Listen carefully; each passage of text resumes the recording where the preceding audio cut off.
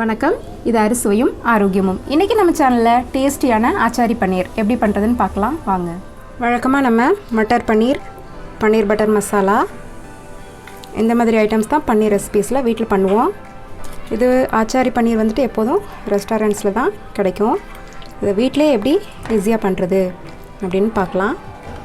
ஆச்சாரி மசாலாவுக்கு 5 காஞ்ச மிளகாய், 1 ஸ்பூன் அளவுக்கு சோம்பு, 1.5 ஸ்பூன் அளவுக்கு மல்லி, 1 ஸ்பூன் அளவுக்கு சீரகம், 1/2 ஸ்பூன் அளவுக்கு கடுகு, 1/4 ஸ்பூன் அளவுக்கு வெந்தயம். இது எல்லாத்தையும் ஸ்லோ ஃப்ளேமில் வச்சு நல்லா வாசனை வர வரைக்கும் நம்ம வறுத்து எடுத்துக்கலாம்.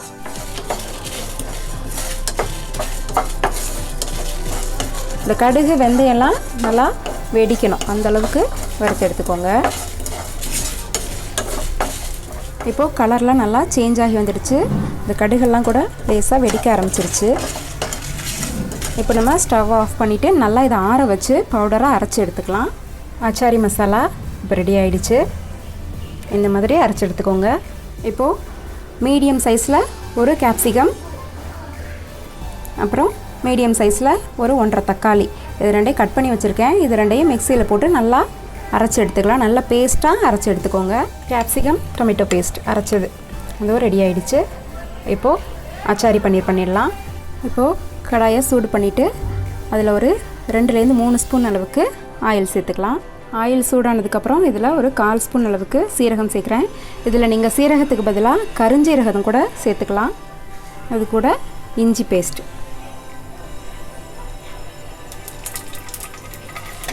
சேர்த்துட்டு நல்லா வதக்கிடலாம்.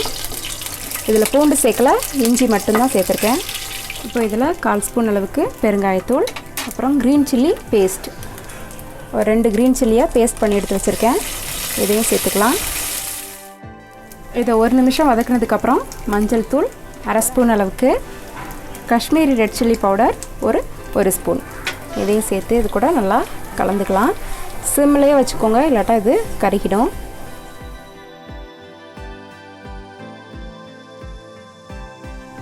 இதில் இப்போது அரைச்சி வச்சுருக்க பேஸ்ட்டை சேர்த்துடலாம். சேர்த்துட்டு நல்லா கலந்துடுங்க. இதில் உள்ள பச்சை வாசனை போகிற வரைக்கும் நல்லா இது வதங்கணும். ஒரு 3 மினிட்ஸ் இதை நல்லா குக் பண்ணிக்கோங்க. ஒரு 3 நிமிஷம் இதை குக் பண்ணதுக்கப்புறம் நம்ம எடுத்து வச்சுருக்க பவுடரை இதில் சேர்த்துடலாம், மசாலாவை.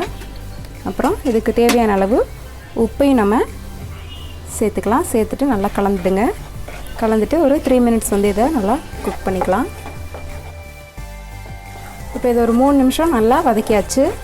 எண்ணெயெல்லாம் ஓரளவுக்கு நல்லா பிரிஞ்சு வந்துடுச்சு. இந்த டைமில் நம்ம ஒரு 2 ஸ்பூன் அளவுக்கு தயிர் எடுத்து நல்லா பீட் பண்ணி வச்சுருக்கேன். நல்லா அடிச்சுட்டு அதுக்கப்புறம் இதில் சேர்த்து நல்லா கலந்துக்கோங்க. பீட் பண்ணாமல் அப்படியே சேர்த்திங்கன்னா அப்படியே தெரிஞ்ச மாதிரி ஆகும். அதனால் நல்லா விஸ்க் வச்சு நல்லா பீட் பண்ணிவிட்டு அதுக்கப்புறமேட்டுக்கு இதில் சேர்த்துருங்க. ஒரு 3 மினிட்ஸ் ஆனதுக்கப்புறம் இதில் ஒரு 1/2 ஸ்பூன் அளவுக்கு சுகர், அப்புறம் நம்ம எடுத்து வச்சுருக்க பன்னீரை இதில் சேர்த்துக்கலாம். சேர்த்துட்டு நல்லா கலந்து ஒரு 5 மினிட்ஸ் நல்லா குக் பண்ணிக்கோங்க.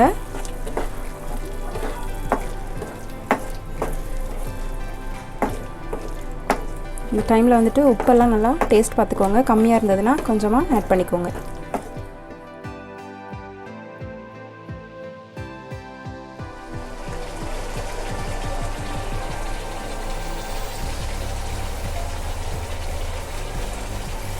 இப்போ இது நல்லா ரெடி ஆகிடுச்சு. இந்த டைமில் நம்ம கொஞ்சமாக இதில் கொத்தமல்லியை கட் பண்ணிவிட்டு சேர்த்துட்டு நல்லா கலந்துடலாம்.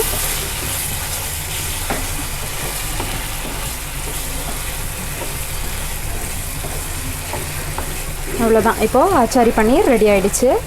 அவ்வளோதான், டேஸ்டியான ஆச்சாரி பன்னீர் சூப்பராக ரெடி ஆகிடுச்சு. நீங்களும் இதை ட்ரை பண்ணி பாருங்கள். இந்த வீடியோ உங்களுக்கு பிடிச்சிருந்ததுன்னா மறக்காமல் எங்களோட சேனலை சப்ஸ்கிரைப் பண்ணுங்கள்.